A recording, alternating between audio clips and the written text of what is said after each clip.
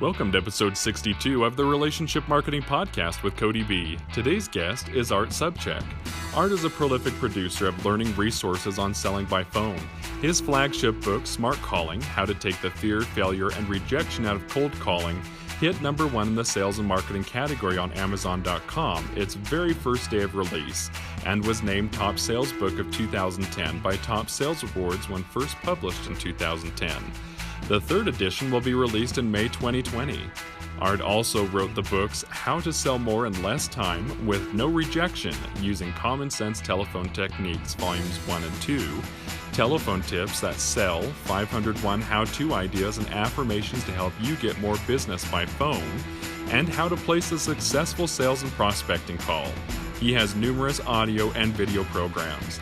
Art's popular podcast is The Art of Sales and has developed a reputation as a to-the-point, brief training session that always delivers how-to tips you can use. He holds the popular Smart Calling College 2-day public training seminars nationwide and now online. He also customizes the program for on-site, in-house delivery. Art also delivers how-to programs and effective inside sales and cold calling ranging from 1 hour to several days.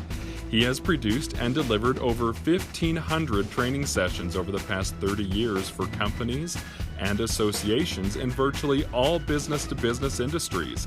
His speaking and training reputation has built as someone who knows what works and what doesn't in sales because he's done it. Corporate inside sales and management positions with AT&T Long Lines and American Express in the early 80s, and still does it. And now, Cody B. Hello, everybody. This is Cody Bateman. Welcome to our weekly podcast, the Relationship Marketing Podcast with Cody B. Glad that you're with us on the show today. As usual, we have an amazing guest. We're going to get to him in just a second. But prior to doing that, just want to do a shout out to all of our listeners. It continues to grow every single week. We appreciate everybody getting on here, sharpening your saws, getting better at what you do. You know, this is a program that was designed to help people be nice to each other. That's really about as simple as it gets. You know, we want people to be nice to each other. It's a novel idea in today's world that when you conduct business with people, that you're nice, that you're cordial, that you show respect, and that you have a desire to create genuine relationship. And on this show, we talk a lot about what genuine relationship actually means. We are not a give to get type of scenario or philosophy here. We are a give to give for the sake of giving, serve people for the sake of serving people, and everything else takes care of itself. Doesn't mean that you can't be a hardcore salesperson. Doesn't mean that you can't go for the close. Doesn't mean that you can't use all the techniques that you've learned to use. Certainly you can. But we believe there's a relationship way of doing all of those things. And so we've got a guest today. My goodness, this guy's been around a long time. And he's made such an incredible contribution to the sales industry over the years. You've already heard his introduction, so you know a little bit about who he is. But without further ado, Art Sobczak, how you doing, my friend? I am doing great, Cody. Thank you so much for having me on. It's an honor. Well, we appreciate that. It's an honor to have you on. We're super excited. I just want to hit real quick, you know, probably best known for your flagship book, Smart Calling: How to Take the Fear, Failure, and Rejection Out of Cold Calling. And you've got numerous books. Your whole thing is using the phone. I mean, your whole thing is being on the phone, using the phone. And wow, in today's day and age, that's an interesting subject. That's a very interesting subject today. In fact, I mean, I'm sure you have fun with that when you get on the stage, you know, because everybody they want to learn all the new methodologies, and you're going back to what some would consider an old methodology. So how do you first start out when you do your speeches? Like what do you do to get people back thinking about using a phone again? Well, first of all, the phone is just a method of communication. I mean, let's face it. And what is old is new again. And what is old has always worked and will continue to always work. I mean, what you're all about has always worked, right? That personal relationship and being nice to people and connecting with people. And bottom line is, businesses don't buy from businesses, right? People buy from people. And actually the best way to communicate is face-to-face communication. Next, and I used to say next was the phone, but now what we're doing here using video and audio is second best. But number three is voice communication over the phone. And it always kills me when I'll see people writing on LinkedIn or proclaiming that the phone doesn't work anymore. No one answers the phone. And it always amazes me how someone could say no one does something because they know what everybody in the world is doing. Right. I mean, granted, some people, or maybe many people, aren't listening to voicemail as much or picking up the phone as much. But I'll tell you, and you probably know this too, in your organization, the ones who are absolutely crushing it. Yeah, no question. I like what you said just a minute ago. You said that what's old is new again. Hey, by the way, there's a title for a new book you ought to write. I'm getting the URL right now. There you go. Grab it because that belongs to you. What's old is new again. You also mentioned, we here at Send Out Cards, we certainly have experienced that same notion. What's old is new again. Everybody's sending emails today. We send real live greeting cards to people. People do Zooms now and they do chats and they do this and that, social media, whatnot. So there's a lot of that going on. But when you start picking up the phone and actually making a phone call and want to chat with somebody via the phone or via Zoom, it makes you different. Like the old stuff's what makes you different now. And I think that's a big deal, especially with you. You've had this best-selling book, Smart Calling, for the last 10 years, but you're coming out with a third edition of this book. I want to repeat that for our listeners. Smart Calling, How to Take the Fear, Failure, and Rejection Out of Cold Calling. 10 years this has been in publication, 2 different editions, and your third one coming out here in May. So, and you mentioned in the pre-show that 40%, there's like a 40% rewrite. So when you say edition, it is a new edition, like 40% rewritten. What is the rewrite? Like, what are you rewriting in this incredible book that you've had out for 10 years? Well, first of all, publishers are kind of funny like that. They want a little bit of new stuff there so they can sell it. But here's what I did, Cody. I went in and I looked at the process, the smart calling process. And for people who aren't familiar, can I just explain what smart calling is? Sure. Smart calling is what people used to call cold calling. And cold calling, let's face it, nobody wants to get a cold call. Nobody wants to make a cold call. And just by definition, so many things in sales have these negative terms. And I had actually been teaching this process for a long time. This process being, here's kind of a novel process. Like you said, let's be nice to people. Here's another one. Let's know something about the people we call before we call them so that we can make our message relevant, as opposed to just showing up, throwing up, everybody's getting the same pitch. And then they're getting this thing called rejection, which, by the way, I tell people how they can never, how to never experience rejection again, because that's all pretty much mindset.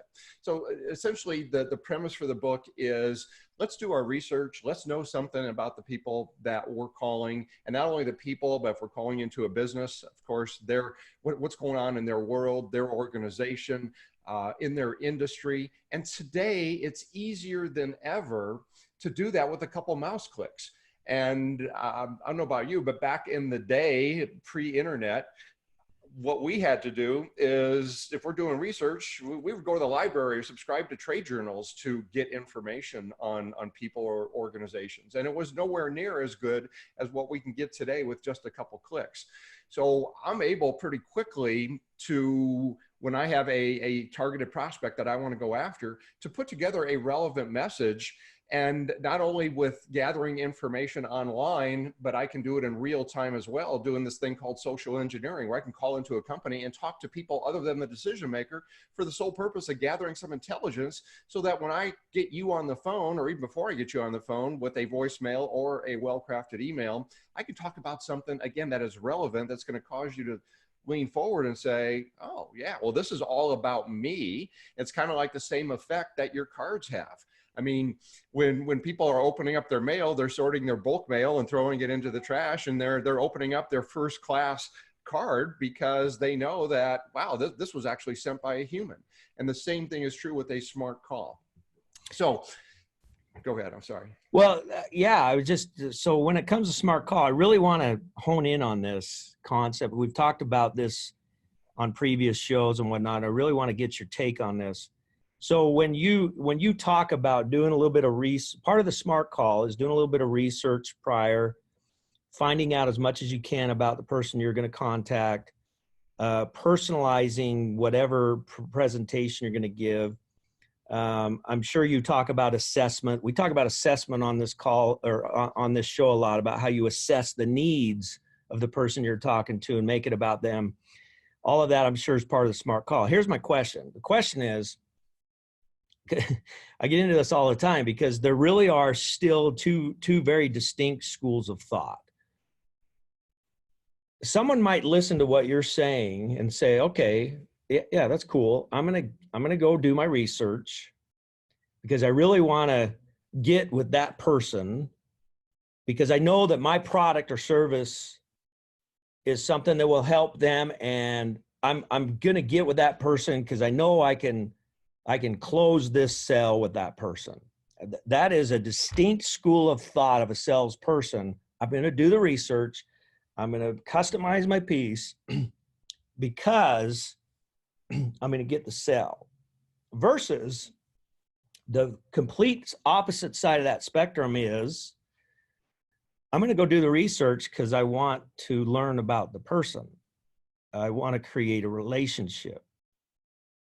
Period. Now, this is a very important topic, especially on this show, because a lot of people still don't get what I mean when I say do that research to create a genuine relationship with a period, like no more. Like, now again, I get criticized a lot for that. A lot of people are like, yeah, that's cool, lovey-dovey, Cody, whatever. But I'm the hard-nosed guy that's going to get the close no matter what kind of things. Tell me what your thoughts are on that. Where are we at today? What is the most effective thing to do today? Is it go for the kill, or is it create relationship, or is it somewhere in the middle? Where is it? Well, I'm not sure if what you just described there, those two things are mutually exclusive, other than I don't like sales terminology that says, you go for the kill and you got to close the sale, and for every objection there's an answer to an objection, and buyers are liars, and that's all crap. I believe more of what you said, and that is we're trying to build a relationship. Here actually is my definition of sales, and this is how I start all my workshops. Sales is nothing more than helping people. And it's helping people buy. And in order to help them buy, we have to really understand what is it that they want and what is it that they don't want. And in order to do that, I've got to understand them. And there are some things that I can do in advance to try to understand them. And granted, I can go into every sales call with the belief of I can help this person. And there's no doubt in my mind that what I have can help them. But the thing is, here's where a lot of salespeople have a disconnect. They go into a call and that's their messaging. Hey, Cody, I know that in your business, I can come in there and our software program can do this, this, and this, and we can save you X amount of money and we can give you this ROI. And when I hear things like that, it's like, oh, wait a minute, you don't know that for sure. Right. Maybe you've done it for other people. And it really doesn't even matter if you know it, and maybe it might be true, but the thing is, until I buy into it, you're never going to get the sale. Right. So that's where, again, I'm a believer in the relationship, but here's where, and the reason I just waffle on that a little bit is sometimes you will have salespeople who will buy into, yeah, I'm all about the relationship, but then what they're not doing is being proactive, taking the action, asking the questions, making the right recommendation, and then, of course, ultimately running the last play. I don't know if you're a football fan or not, but you could move the ball all the way down to the 1 inch line. But if you take a knee 4 downs in a row, you're not going to score. Yep. Now, ideally, if we've done our job right and we've asked great questions, we've made an on-target recommendation, in the perfect world, people say, how do I sign up? I want to get on board, right? And when they do that, that's a great thing. But in other cases, we still need to run the last play. Actually, in most cases, we still need to run the last play to help them. And again, it's always helping them buy as opposed to trying to close somebody on something that they may not want, or they're going to feel badly about the next day. So I think there is a kind of a hybrid or a combination to the two extremes. I mean, you know, you are in sales, you do have a job, you have a service you can provide. And it may be a service or a product that could be very beneficial to the person you're calling. But like you said, you don't really know that. But it could be that this is why I go to an extreme when I say, when you make that initial call or that initial contact, it's all about creating relationship. And again, I get criticized sometimes because the salespeople come in and say, well, yeah, but the reality is that you are making the call to make a sell. Come on, be honest. But that's where I push back and say, actually, no, I'm making the initial call to create a relationship. And the relationship will guide me where I need to go. So it could be that relationship, based on how my product and service might be able to help that person, it could turn into a sell, or it could turn into a referral. It could turn into something. Maybe they don't need my product or service, know somebody that does. That's why the relationship part of it has a period next to it. When you first start the process, it's 100% about creating relationship. Yeah, you are in the sales business, but it's kind of like there's two phases. The phase one is create relationship. And then once you create relationship, you know what the needs are of people. At the end of the day, we're just serving. Like you said, at the end of the day, we're not selling, we're serving. So you got to create relationships so you know how to serve. Once you know how to serve, then you can move it over into that other quadrant. So now you've been teaching this. Actually, can I just jump in? Yeah, go ahead.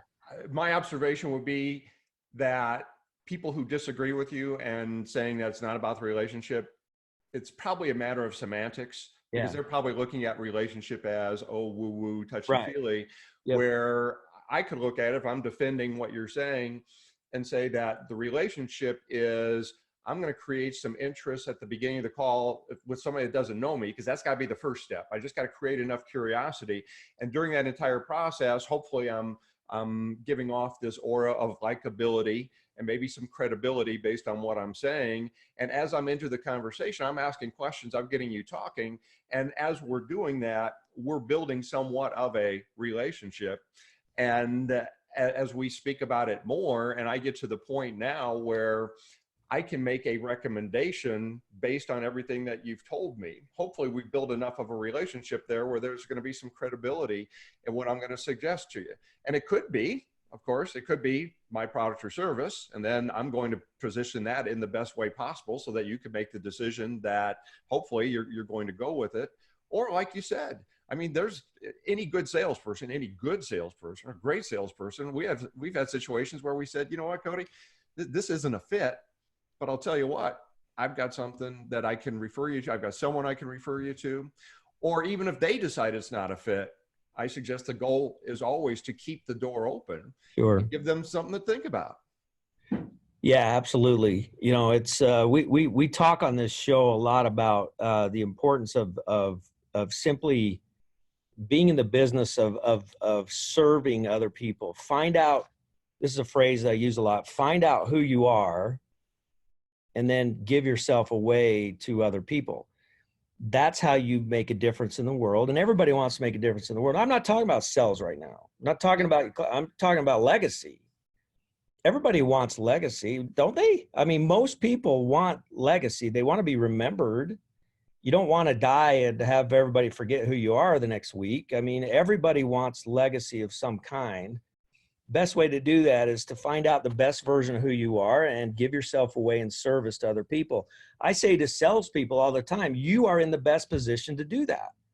One of the reasons I love the sales profession in general is because you're in an ideal situation. What you do for a living, how you spend the majority of every day of your life is in an ideal position to give the best version of you away to somebody. And if you could start thinking in that mindset, that's where I think a big difference can be made. In my book, Power of Human Connection, there's a story in there. There you go. Nice. Thank you. Very nice. I don't know if you've gotten through all that, but there's a story in there. And I want to briefly share this story a minute, and then I want to get your comment on it. There's a story in there about a guy who was in sales, in car sales, and his son was taking over his car sales business. And this guy was older in years, definitely past retirement age, in his 80s.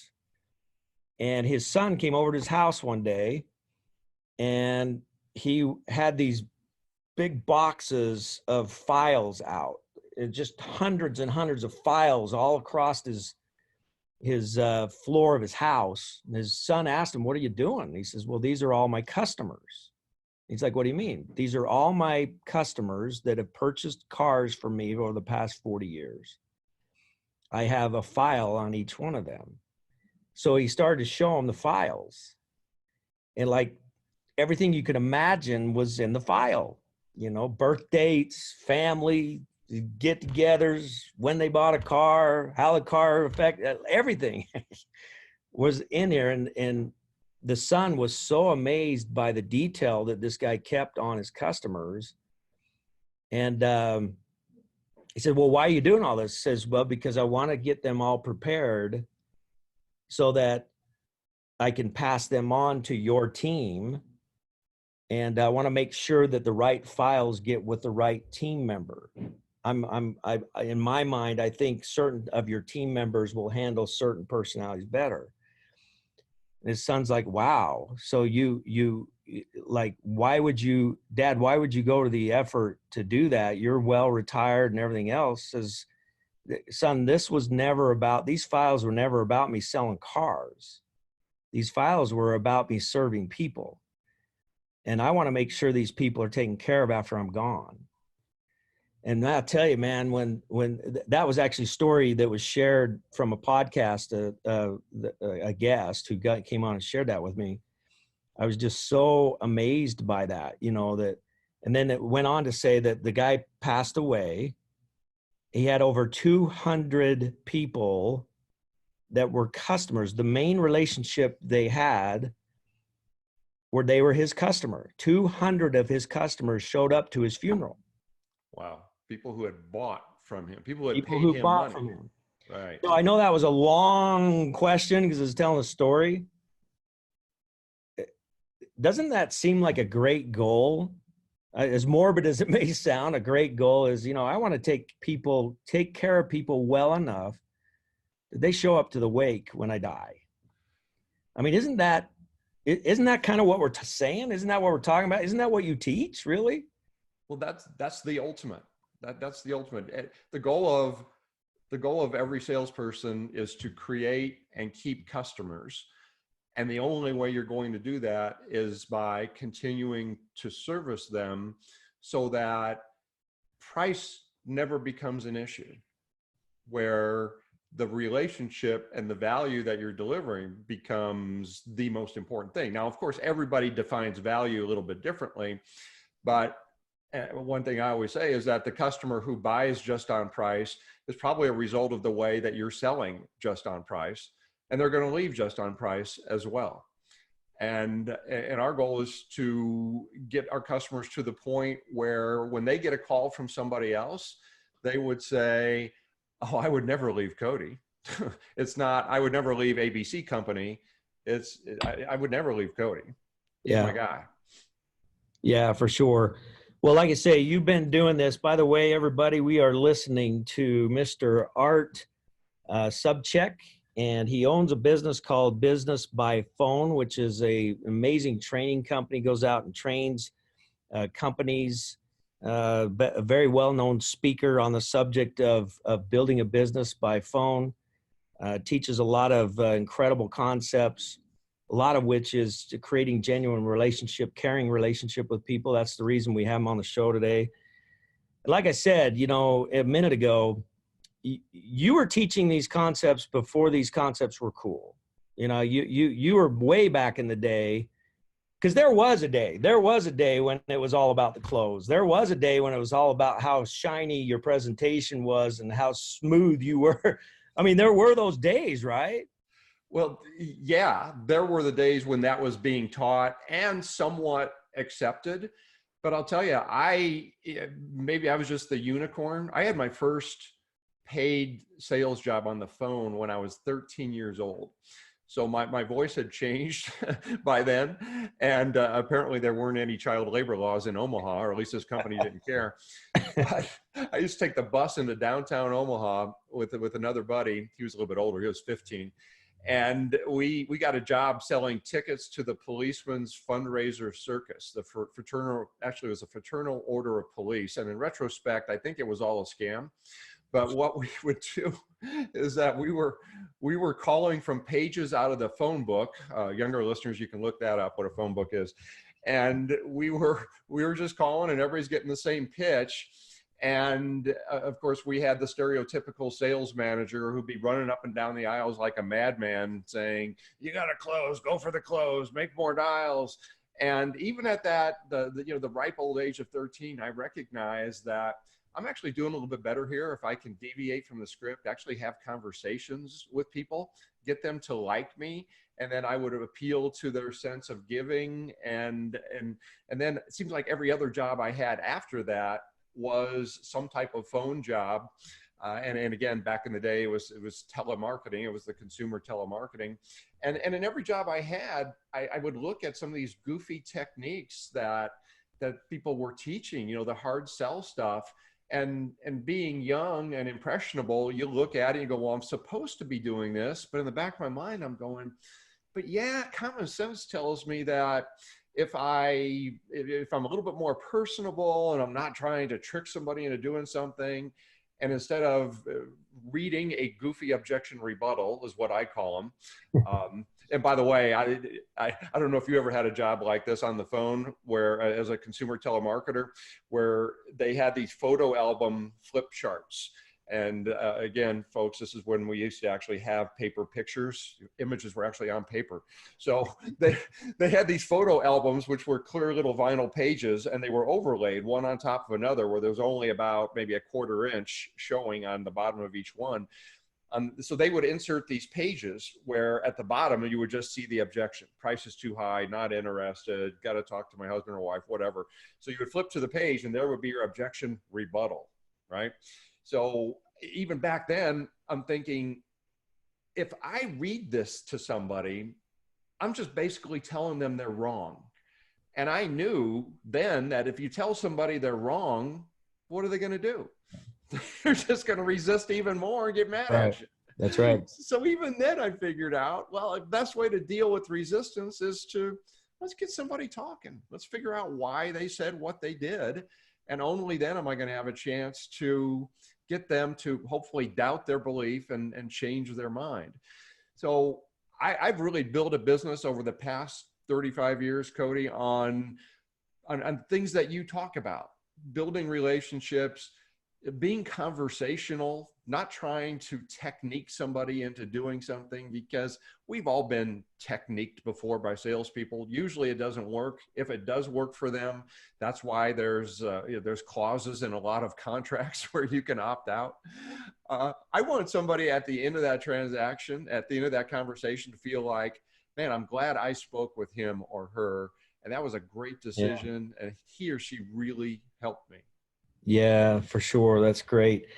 Now, I noticed in my notes here that you teach a 2-day course. There's a 2-day training course that you're very well known for.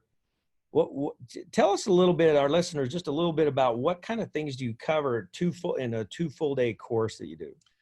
Well, it's called the Smart Calling College, and it is a virtual program for the public. We used to do these in hotel rooms all over the country, and we just had so many requests from people going, "Hey, can you come to Albany? And can you come to, wherever?"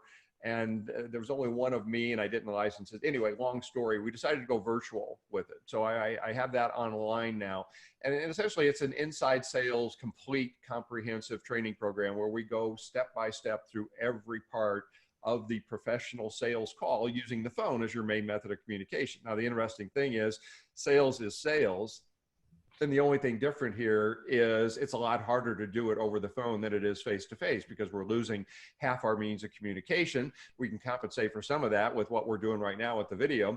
But if we're doing it by phone, we're still losing half our means of communication. So it's a lot easier for somebody to get rid of people over the phone. So we need to be a better salesperson. We need to be sharper in our communication skills. So those are all things that we go through in the course itself. And I also customize a version of that program for companies worldwide. I've done over 1,500 days worth of training over the past 30 plus years.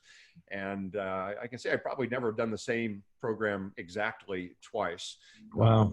When I work with companies, I want to do, again, what you're known for, and that is build a relationship, understand them, and understand what they're doing on their calls so that I can speak their language. And the greatest compliment I get when I leave a company after a 2-day training program or a 3-day or an hour is, wow, I thought he worked for us. I didn't know he wasn't an employee. Wow.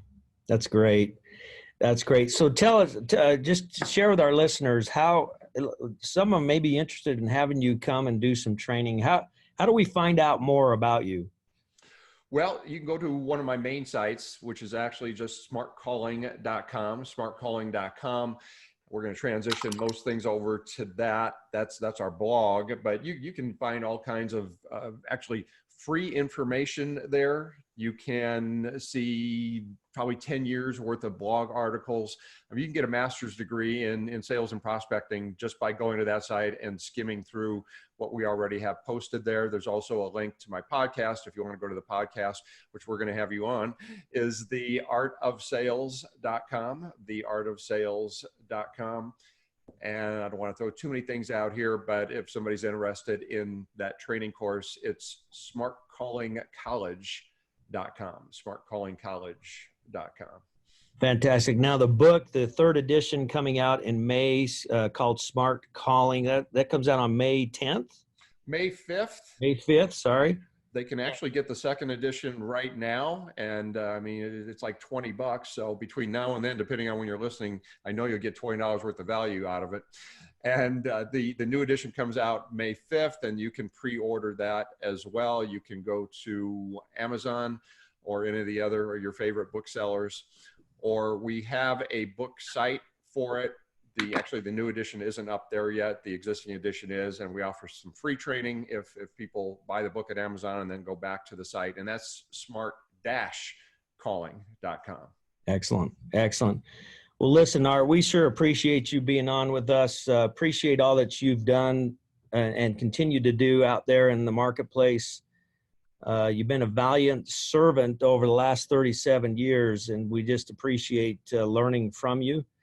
And to all of our listeners here, this is a guy that you definitely want to get a copy of this book. You want to get a copy of the book. If you want to hone in your skills, in the sales process, you want to get a copy of this book. If you want to separate yourself, be a little bit different than people out there using all the latest and greatest technologies and everything else, if you want to separate yourself, you do things like hone your skills on the telephone, hone your skills on writing a message in a greeting card, sending it to somebody. What many consider would be old school things, like Art just said on today's show, there's actually new school now, because everything has a way of coming full circle. So there you have it, everybody. Mr. Art Sobczak, and hope that you get a chance to go and see what he's got. So Art, I always like to close the show by having you just take the floor yourself. You've been kind of subject to my questions. I kind of put you in a little box where you had to answer my questions. There may be things that you want to cover on your own. So this is the free mic. We end with the free mic. You have the floor now. Any final words of wisdom, counsel, guidance that you could give our listeners now? And keep in mind when answering this question, we're all about improving our skills in the sales profession or in any profession we're in. But we're more about leaving a lasting impression to people in our life. Keep that in mind as you take the floor and just close the show out for us. Go ahead. Absolutely. Well, a couple things. Number one, thank you so much for having me on. And I do have to say that it is an honor to be here. And just for the audience here, Cody and I had a little conversation prior to getting on, and he said, well, I don't know if you know who we are, what we do here. And I'm like, are you freaking kidding me? It's like, really? Number one, if I didn't, I wouldn't practice what I preach. And number two, of course I did, way before you even contacted me. And matter of fact, I have been recommending forever that people use the power of personal connection through sending things, especially cards. And of course, I've been sharing this story for years about, Joe Girard and the impact he's had. And you've got so many more stories in your book. And again, everybody, if you don't have that book, when you're buying mine, make sure you pick up a copy of Cody's as well, because everything that you talk about in there, really, we're not talking about different things. Really, what we're talking about here is helping. And I sincerely believe that selling is simply helping. And in prospecting, part of the reason I think people don't like to prospect and pick up the phone is that they fear this thing called rejection. Well, number one, you're never rejected unless you think you are. And the reason I think people call it rejection is that they got to know. Well, big deal. So what? You know what? If you let a simple no bother you so much that you're not going to make another call to somebody that you think you truly could help, what we're doing is really being selfish. And you're putting your silly fear of a no from someone that you don't know ahead of the possibility that you might be able to change somebody's life. Like in your business, you guys are changing lives in multiple ways every day because of the people who are getting in the business, and they're changing their lives through the income possibilities and the people's lives that they can change through having other people come into business with them, but then the lives of the people that they're changing by sending out the cards and all the impact that they're having there. So if anybody is letting the fear of the no deter you, again, keep in mind, it's just a thing. And as one of my mentors, Jim Fortin, says, nothing has meaning until you give it meaning. And I suggest that you give it a different meaning and say, hey, it was just something that didn't work.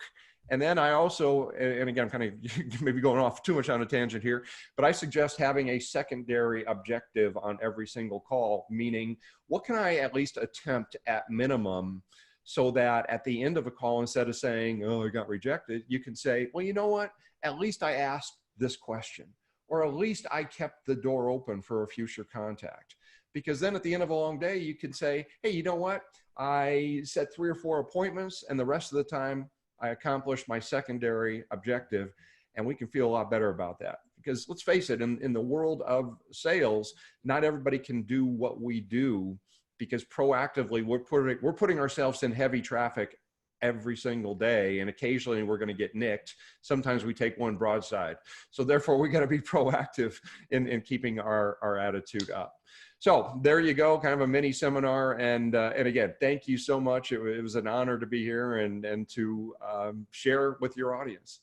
Well, there you have it, my friends.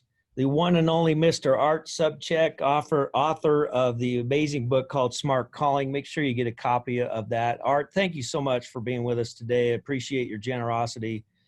And we're just out here trying to make the world a little bit better place. And hopefully people can tune in and sharpen their saw on kindness. And that's really what this is about, is sharpen your saw on kindness. Be in the spirit of giving to people and serving people. We're not in the sales business, we're in the serving business. And just we've learned so much from you over the years on that subject. So thanks again, and thanks everybody for tuning in. And we will see you again next week. We'll keep them coming. You keep tuning in. We'll keep them coming. Take care, everybody. If you have enjoyed this episode of the Relationship Marketing Podcast with Cody B, be sure to subscribe to the show and leave a review so that together we can get this message, The Power of Human Connection, out to the world. You can find Cody's new book, The Power of Human Connection, on Amazon or the Send Out Cards gift store.